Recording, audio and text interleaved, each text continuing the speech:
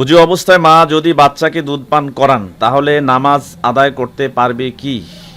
জি আলহামদুলিল্লাহ, এটা খুব যুগোপযোগী একটি প্রশ্ন। অবশ্য আমাদের সমাজে দেখা যায় যে অনেক ছোট বাচ্চাওয়ালা মানুষ থাকে, মা থাকেন, যে মায়েরা বাচ্চাকে দুধ খাওয়াবেন, কিন্তু এমত অবস্থা এমন হয়ে গেছে যে উজু করে বসে আছেন সালাতের জন্য, সালাতে যাবেন, এমত অবস্থায় বাচ্চা কান্না করছে খাওয়ার জন্য।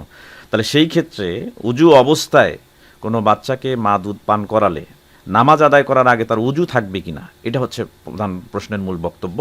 তো এই বিষয়ে মোহাম্মদ ইবনে সালেহ আল উসাইমিন রাহিমাহুল্লাহ মাজমুয়া ফতোয়া 11 নম্বর খণ্ডের 179 থেকে 80 নম্বর পৃষ্ঠার মধ্যে উল্লেখ করেছেন যে যদি এমতা অবস্থা হয় এটা উজু ভঙ্গের কোনো কারণ নয়।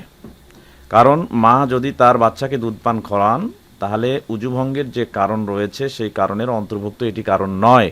অতএব কোনো মা যদি তার বাচ্চাকে উজুরত অবস্থায়, উজু থাকা অবস্থায় দুগ্ধ পান করেন তাহলে তার উজু ভাঙবে না। এমতো অবস্থায় সালাতের সময় হয়ে গেলে সে সালাত আদায় করবে, তার সালাতের কোনো সমস্যা হবে না। আল্লাহ তাআলা আ'লাম।